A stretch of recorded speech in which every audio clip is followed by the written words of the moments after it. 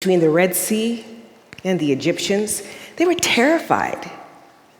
When Jehoshaphat realized he was about to be attacked and slaughtered, he was shaken.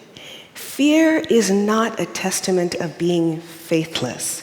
It is a confession of humanity and an admission of our frailty, and oftentimes it is the cry to our community, to our God, to our herd, that we are in desperate need.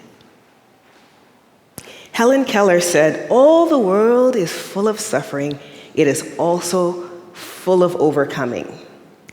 I find that I come out of one desperate situation and find myself able to see how great God is and how he has worked in my life. And like Jehoshaphat, I can say, "Be strong, be bold," only to be faced by another hard time. And then I started going, "Where's God? Where's God? I can't believe this." So my second observation is that God has the capacity to work with us in our frailty and doesn't hold our meltdowns against us. And you know what I mean by those meltdowns, that railing against God, that anger, that disappointment. Years ago, I remember correcting our son Gabriel after he was mad at my husband Jeremy.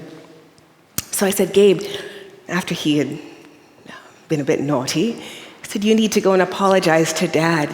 He says, "I don't even like Dad."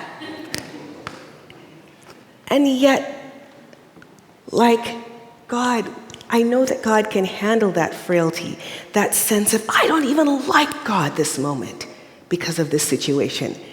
I read through this Bible and I know that God can handle that.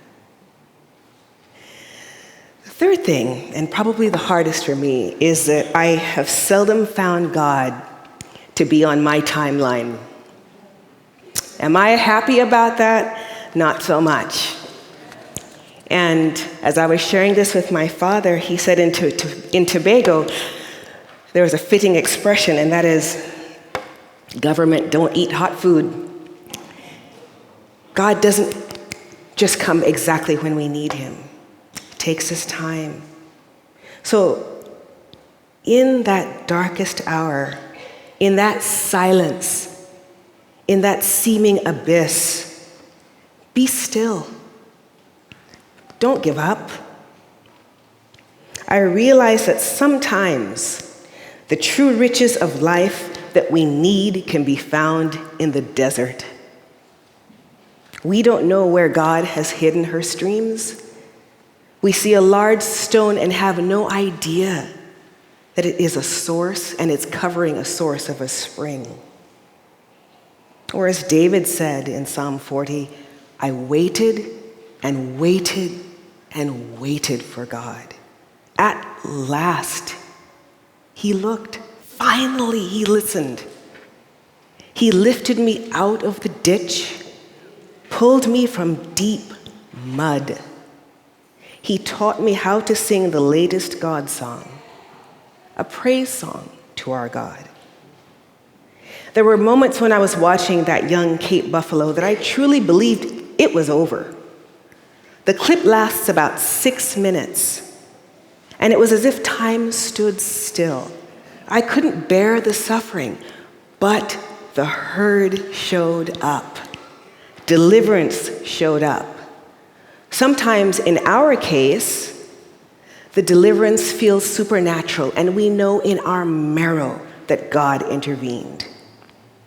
Sometimes God uses you and me to be the herd that comes and delivers, that comes and rescues through our big heroic acts, through simple acts, through our own faith journey.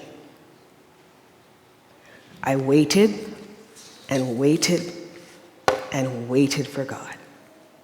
At last, he looked. Finally, he listened. He lifted me out of the ditch, pulled me from deep mud.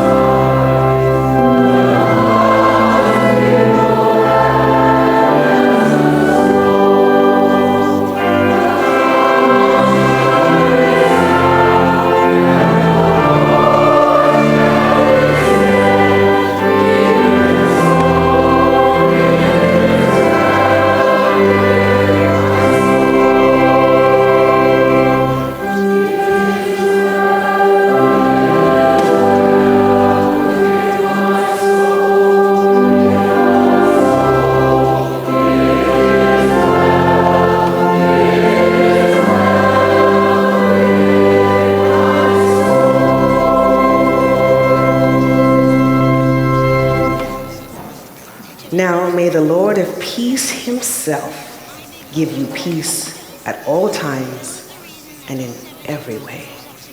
Amen.